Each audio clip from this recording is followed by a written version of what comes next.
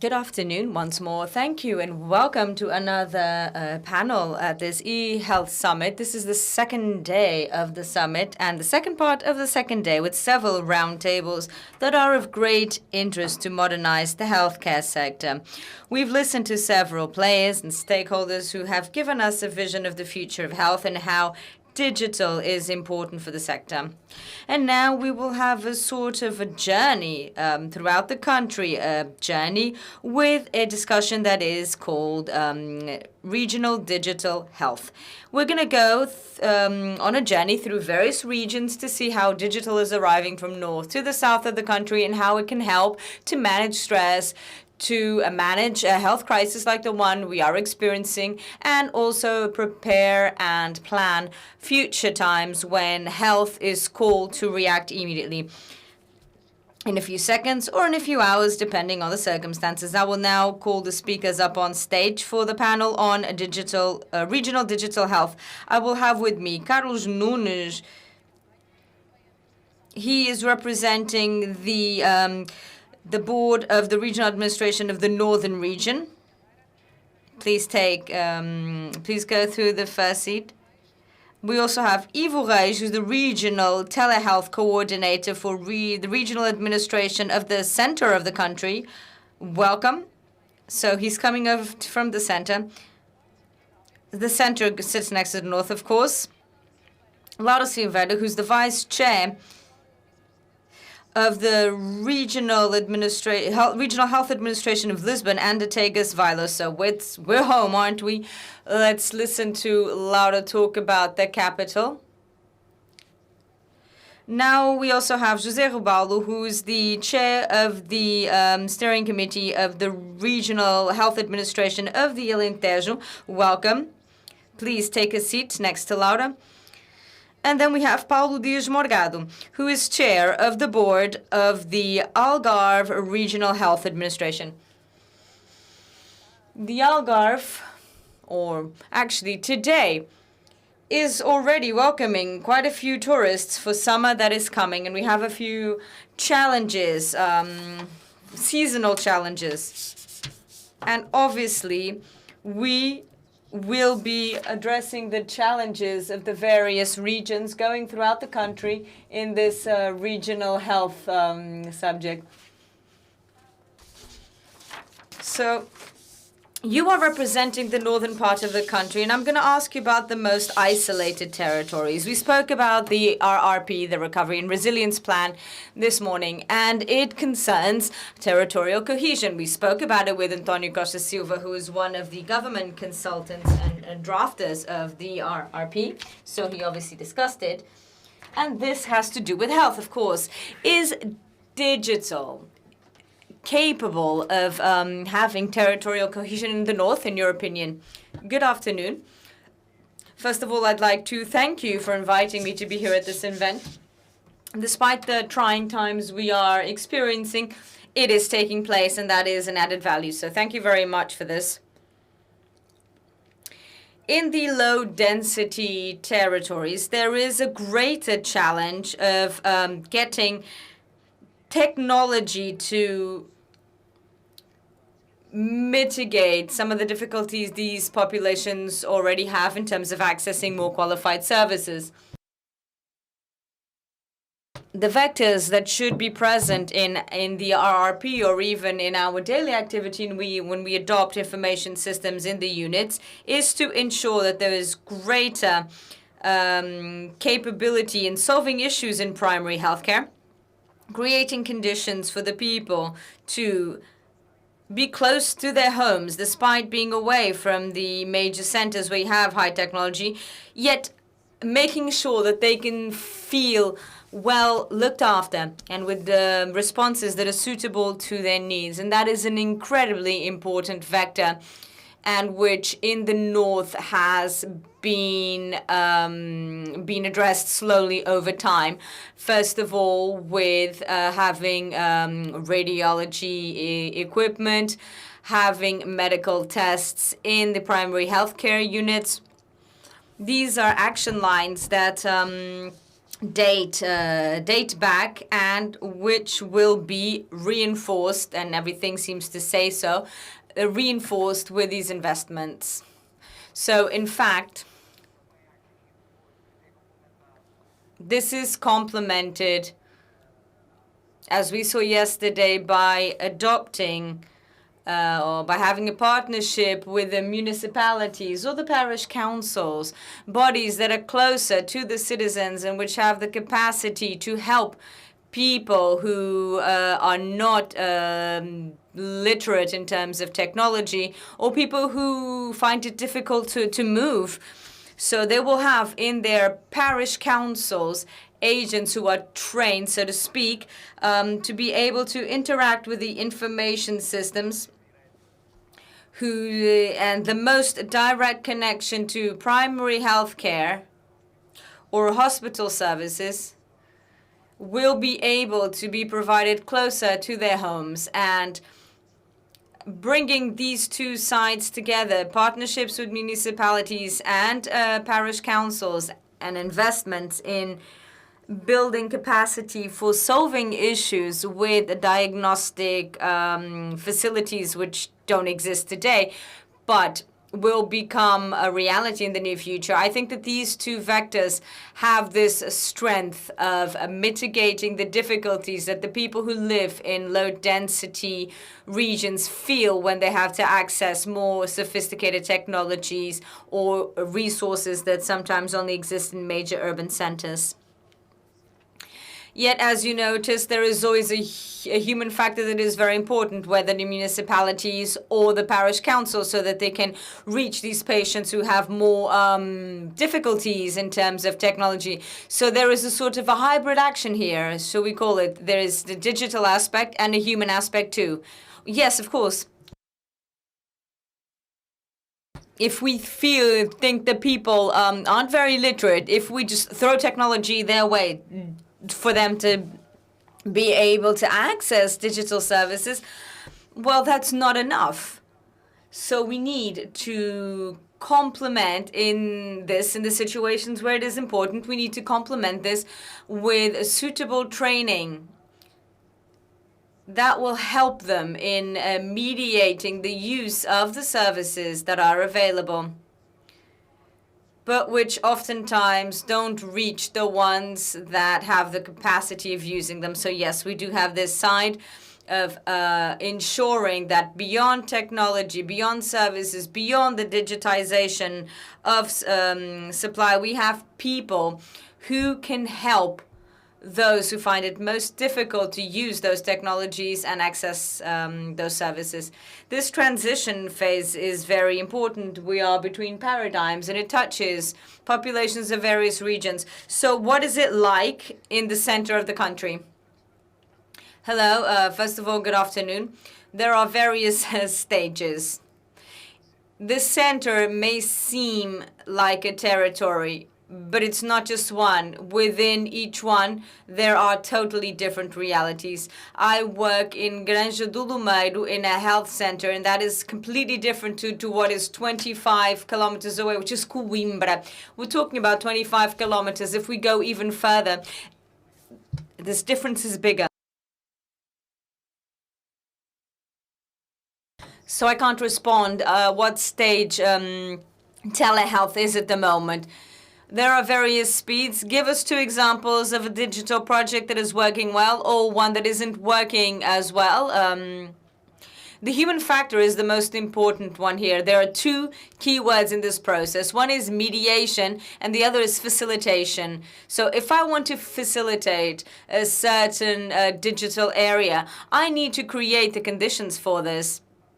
And a good part of the population still needs a mediated access. And the NHS 24 counter answers in these 2 components. I think they were this was very well done. We have people who need help in the digital processes. We have one at a national level that helped us deal with this pandemic, which is the medical prescription. This is one of the... At the moment, it is so standard that we forget we have online prescription for drugs.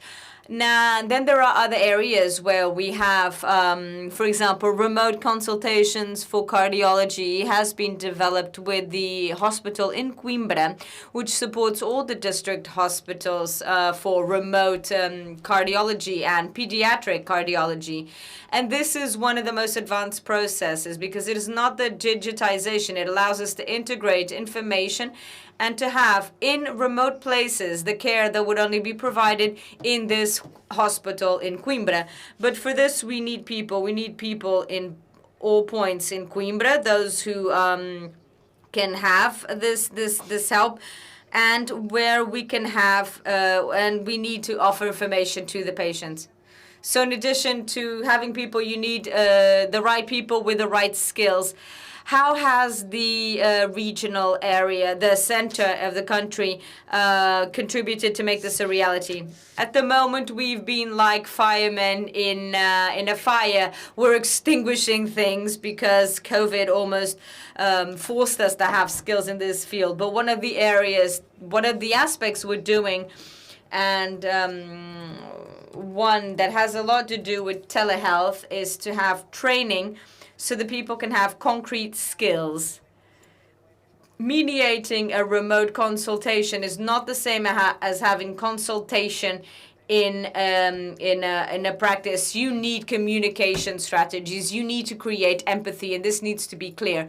And then there is another process that we are far from having, which is empowering people to do this.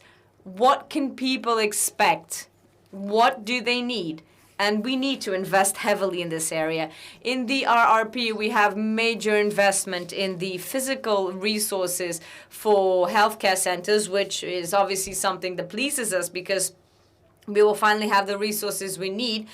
But we need this vision of almost educating the population, how we can build a Portugal that can use these services in the best way possible. Or I give you the example of digitizing a blank sheet of paper so it's a PDF that cannot be used. So before passing the floor to Laura, how many patients in the region use remote consultations? Do you know this? It's a very difficult number. I don't know how to answer.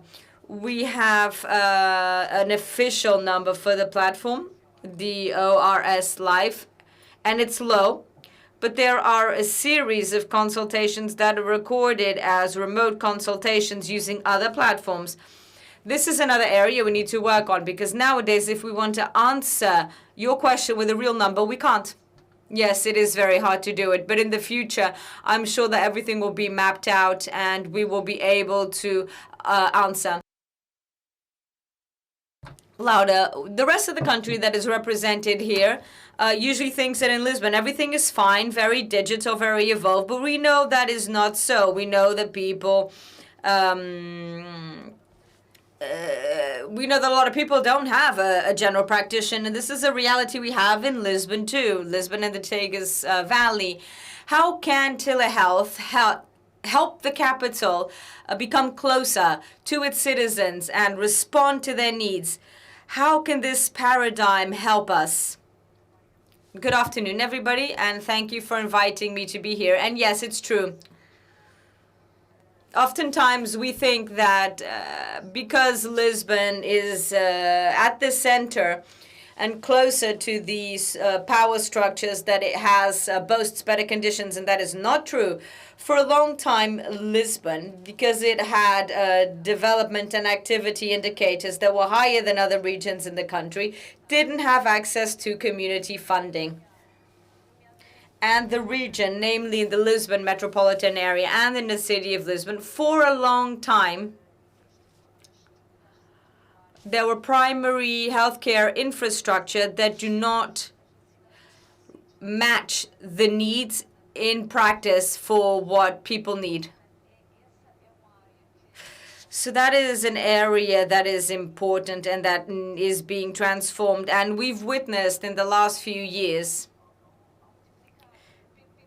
to a multiplying of public partnerships where health, not just in the Lisbon area, but the whole greater Lisbon area, has made agreements with the municipalities, who are essential partners in this process, to be able to build new healthcare centers. New healthcare centers that we hope will contribute to attract more doctors.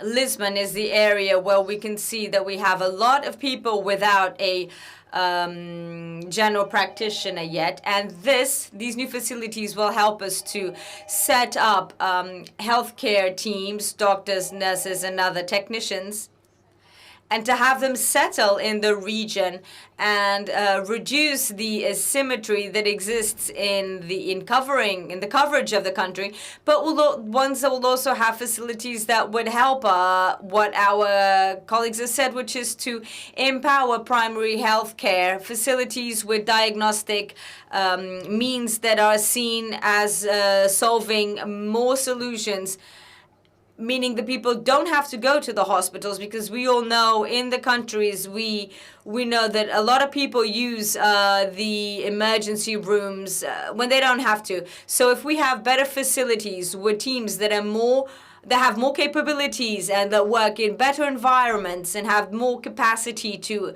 attract patients and to help them resolve their problems, then we need that. That's great. We have been working on something for a while, which is to have dentists throughout the country to cover an area where the NHS at national and regional level was seriously lacking, and to offer new specialities at the medical facilities, and also solve problems of access that exist in this area too. The fact that we are transforming the data network for our healthcare facilities. This is something we're seeing with vaccinations, the local and central scheduling. We needed a standardization of databases so that they can communicate among one another in a more friendly way, and that will allow us to send out the information and not having redundancy of resources. And also another important area which restricts access, which is switchboards. In Lisbon, in this region, many times the patients complain they cannot communicate, and they cannot communicate to the healthcare centers through the phone. So we are now setting up new voice and data communications networks that are essential for a digital future, the digital transformation. We are working on it. We're midway through the process by setting up new gen switchboards that will make it easier to have communications. In the counter, we feel that we will be mitigating some of the problems we have, which have to do with the lack of access to the facilities, but also the need for mediation, because in Lisbon we have a varied migrant population. In some areas, we have more than 100 nationalities, so we have a wide range of people who find it difficult to register with the NHS, and our facilities will then find it difficult to have more people offering access. So this counter will help us decentralize and come closer to the people and have the mediation for some populations who find it difficult to completely comprehend what they need to access healthcare. Remote consultation in several languages, is that an option? We have a few projects underway in that work, namely in Baixa health unit, the downtown area, which wants access through communication, either mediators or other facilities with communities that don't speak Portuguese well and sometimes find it difficult to understand not just the language but also the culture. So it is a challenge to not leave anyone behind in this subject that we are addressing. We are now moving to the Alentejo. José Robalo will be speaking about another important aspect, employment and unemployment. Do you believe telehealth will be a solution for the lack of professionals that we experience in some areas? When we talk about the Alentejo, it's a third of the territory with 500,000 inhabitants. So the population density is low, and there's a huge dispersal. We do not have areas with high population density, and this brings us difficulties in terms of equity of access to healthcare. A lot of the work we've done is to understand how we can create this equity so that there are no differences or divergencies within our area of influence. Oftentimes, telehealth helps us with this. In addition to this, we also try to centralize some medical specialties that are common to various hospital units so that there is equity in treating people. Say someone who lives in Porto Alegre will have, if they suffer from the exact same condition as someone who lives in Odmira, the treatment will be exactly the same. So there is an oncology service, say, that will help in having equity in accessing healthcare. Telemedicine is what makes sense to us. The counters are also a solution, although we realize that there is some mistrust. What about resistance? Is there a certain resistance to telemedicine? Well, no, we haven't really seen that. We've seen this in terms of the counters because people fear that then the healthcare professionals will no longer pass by. So we realize that oftentimes there are needs that could be improved through these counters, but there is a fear that if it is implemented on the ground, it's viewed as a barrier for professionals to go over to the area where people generally have their consultations. Let's not talk about what happens on the ground. We want to increase this capacity to respond, especially with the territorial diversity we have, and we want equity in access and the results of our interventions. When you say to increase this, is it digitally and with more healthcare professionals? Yes, both. What is our difficulty? We have huge restrictions of professionals settling in the area. So we need to use our imagination so that we have this balance at a regional level.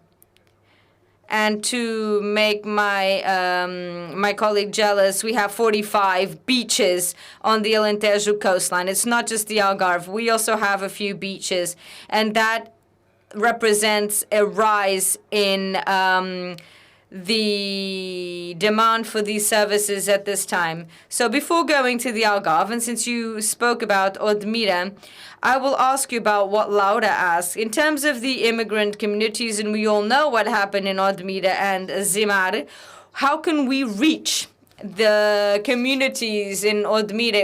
It's a lot of immigrants in the area. Our migrants are normally people who work during harvest, it's seasonal work and they don't stay for a long time in the places where they're needed.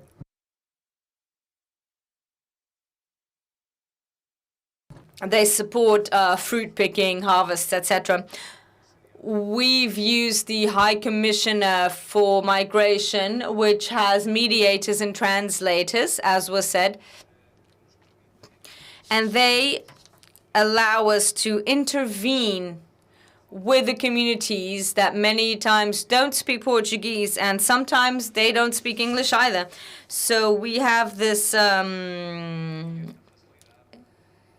we use this assistance, and the High Commissioner has a very interesting possibility, which is if we cannot contact with a mediator, we have a phone number that we can call, and there is direct translation.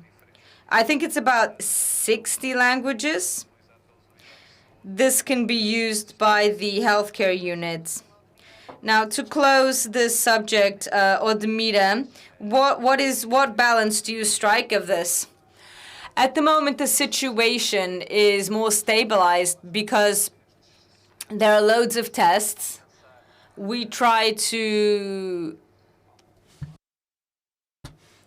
offset some constraints that may arise with having people infected, but there are a lot of tests being carried out. In some areas, there were huge concentrations. In some residences, there were huge concentrations of migrants, and that was overcome too. At this moment, whenever we identify a house in these circumstances, people transferred elsewhere so that they're welcomed in the best way possible. And I am convinced that this will imply intense work, especially in trying to find positive cases, in quarantine, in vaccination, and we try to overcome this hurdle. Very well, then we're now going over to the Algarve. I'm sure a lot of Lisbon inhabitants will be in the Algarve tomorrow because of the bank holidays. A lot of people go south, so the pressure of summer begins now. Tomorrow with Corpus Christi, and then on the 10th, which is Portugal Day. In the summer, the Algarve has more people, and healthcare professionals are the same. So how can telehealth be important in terms of managing the seasonal nature? Good afternoon. I'd like to greet the members of the panel and thank the invitation for being here. The Algarve is a region that is used to these seasonal inflows, and we use our resources, we use our professionals, whether in hospitals or healthcare centers. This has been a special year, as was 2020, despite the flows of tourists that we've seen from the moment that the borders were open, and especially when British tourists started arriving in Portugal. We have national tourists too, and we know that they will be coming in the next few months, like what happened in 2020. We are ready to welcome them. The Algarve is a region with its own features. It is almost like Algarve lying down. We have a lot of areas. We have the coastal area and the inland area. We have two different realities between the coastal areas and the inland area, where we have desertification, populations that live in isolation, and difficulties in accessing healthcare. So just like Lisbon, the Algarve needs more healthcare professionals, especially in terms of having general practitioners and medical teams. This is a problem we've been overcoming in the last few years, and the investment we've made in digital is what makes sense to me. It not only helps us to attract healthcare professionals, it also allows us to offer better responses to people's needs, the people we work for.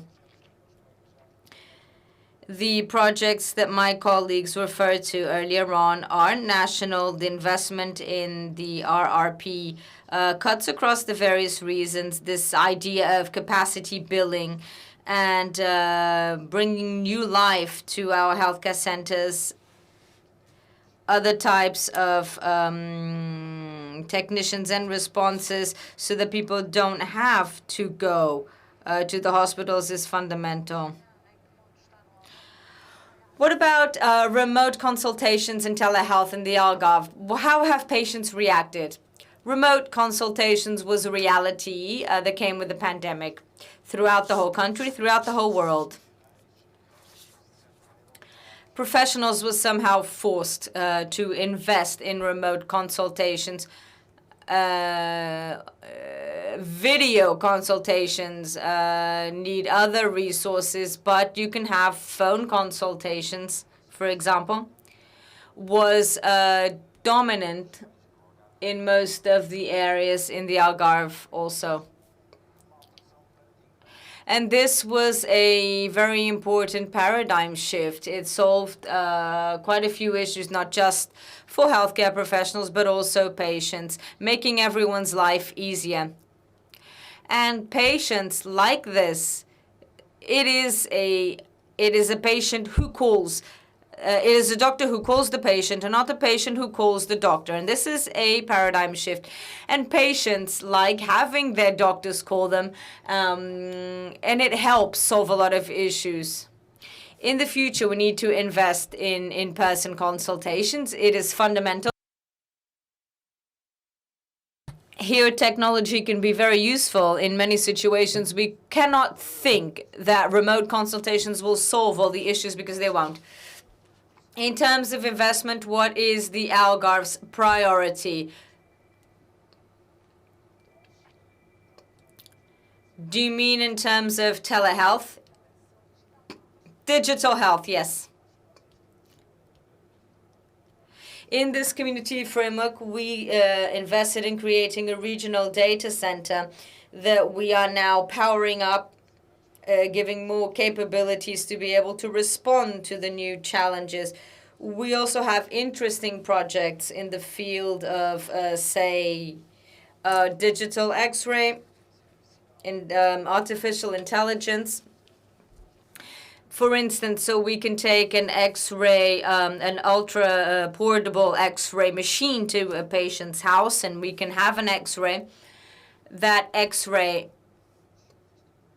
is then viewed by an artificial intelligence algorithm, and the doctor will receive on his or her phone the X-ray with an indication of a possible diagnosis. This is something we've already implemented. It is not widely disseminated, but we do want to talk about it and using the investments we will get from the RRP. That is a great example of the future of digital health.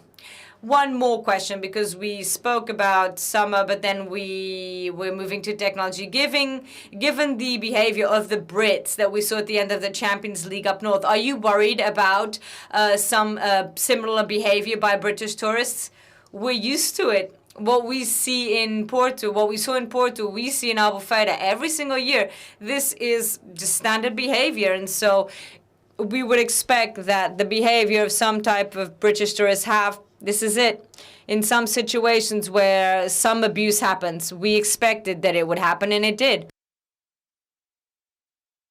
Some didn't come from Porto. They came from the Algarve. They came in from Lisbon, and then they went to Porto. Some are still here. They just went back to the Algarve. British tourists are part of our reality. We continue to have cases. There are sometimes cases where we test a lot of British tourists. They need to have a test before returning, and a lot of them return from Faro. That is a reality that we deal with. We're used to dealing with it. What can we do more? Education, literacy, prevention. What can we do more? I think that education is difficult. But as for the Portuguese, yes. That is what we need to invest in, and that we need to protect ourselves and quickly move forward with the vaccination so we can protect our population faster.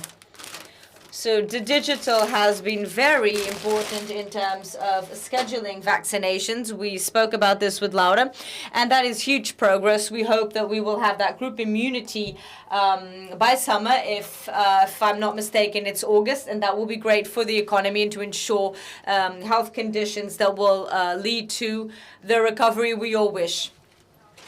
We are now at closing the debate. Time flies when the subject are as pertinent as the ones you brought here. I will ask each one of you for a final message where you can tell me about a challenge within this subject and the challenges in health. I will begin in the north, of course. We will begin by the top of the country, a challenge that you want to underline here today.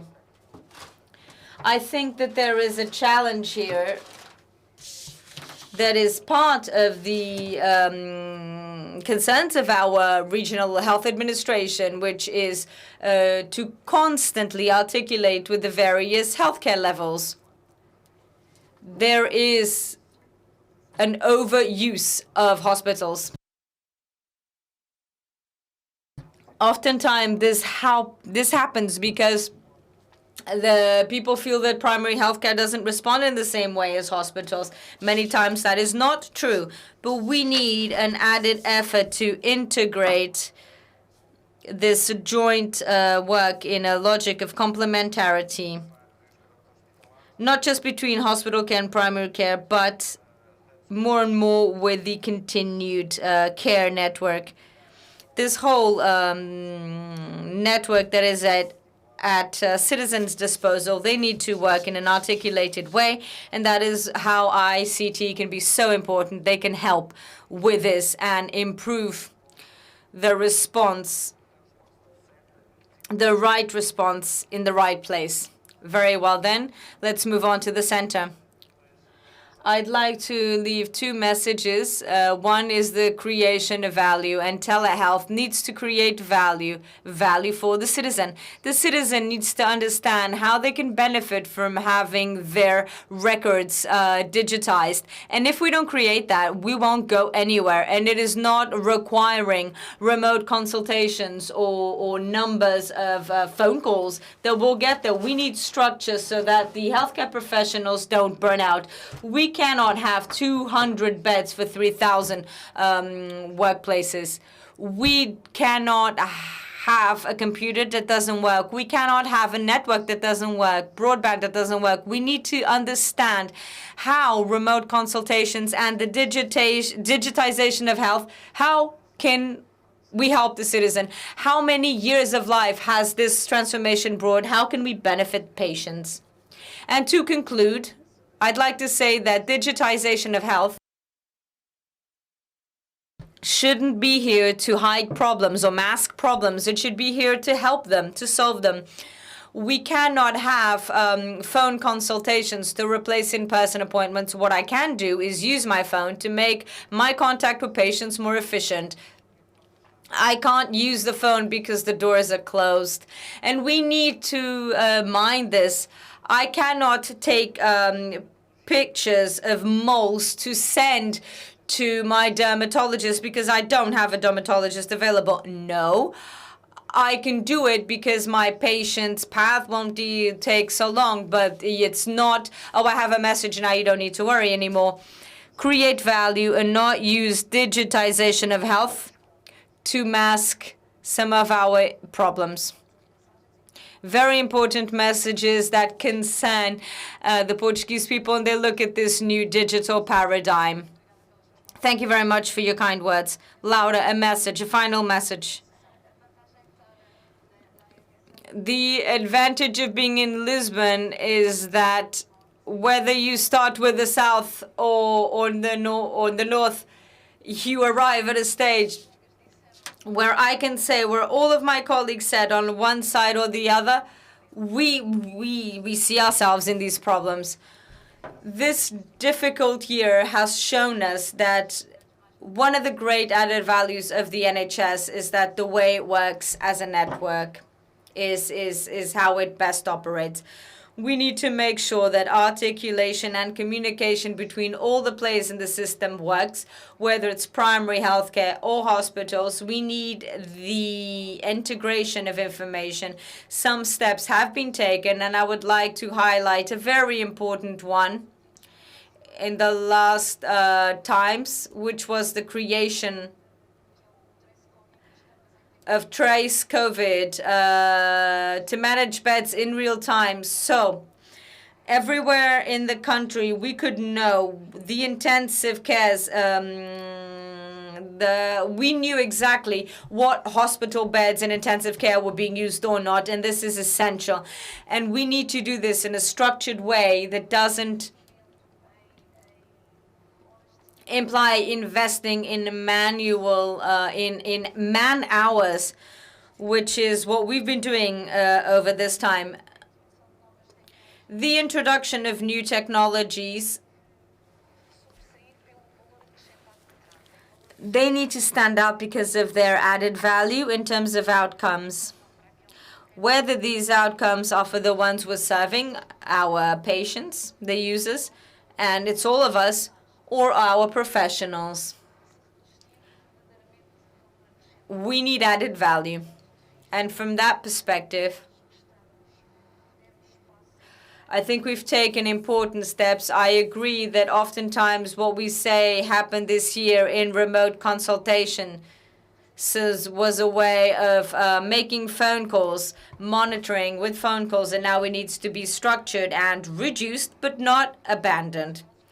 Because we took important steps, I would just like to highlight that all the patients who had COVID in Portugal, 95% were monitored at home, 5% were in hospitals with our doctors, with public health, general medicine, general practitioners. Through phone contacts, they were able to make sure that every patient was seen, and that is an important aspect. It doesn't replace human contact, but I believe it will be here to stay.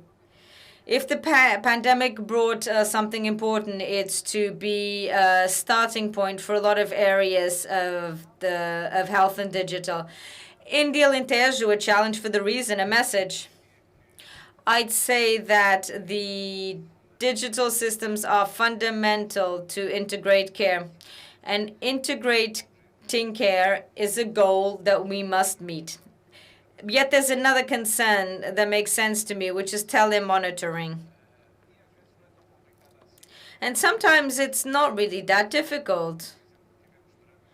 For example, I'm talking about the example we had during the pandemic, which, well, the pandemic is still here, we're not free yet, which was the monitoring of people with heart conditions, the way they were monitored by hospitals. So there were 2 or 3 symptoms, 2 or 3 data that could allow for an assessment of the patient situation.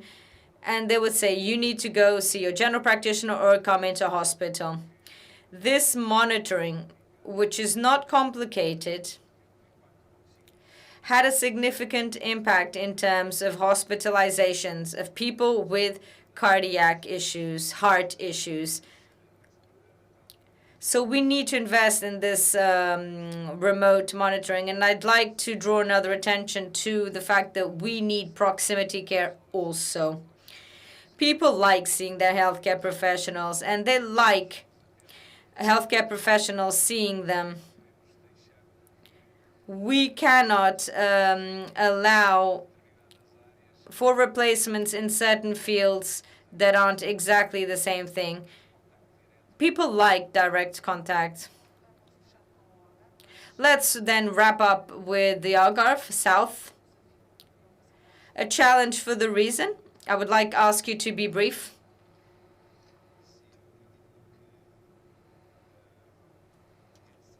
I would say that technologies are necessary. With these new technologies, they're becoming increasingly accessible. We've spoken about a few of them, artificial intelligence, but also others, the genetic and diagnosis ones that have a very important big data component, and they will be a challenge in the years to come. A wide range of challenges for the NHS in the future.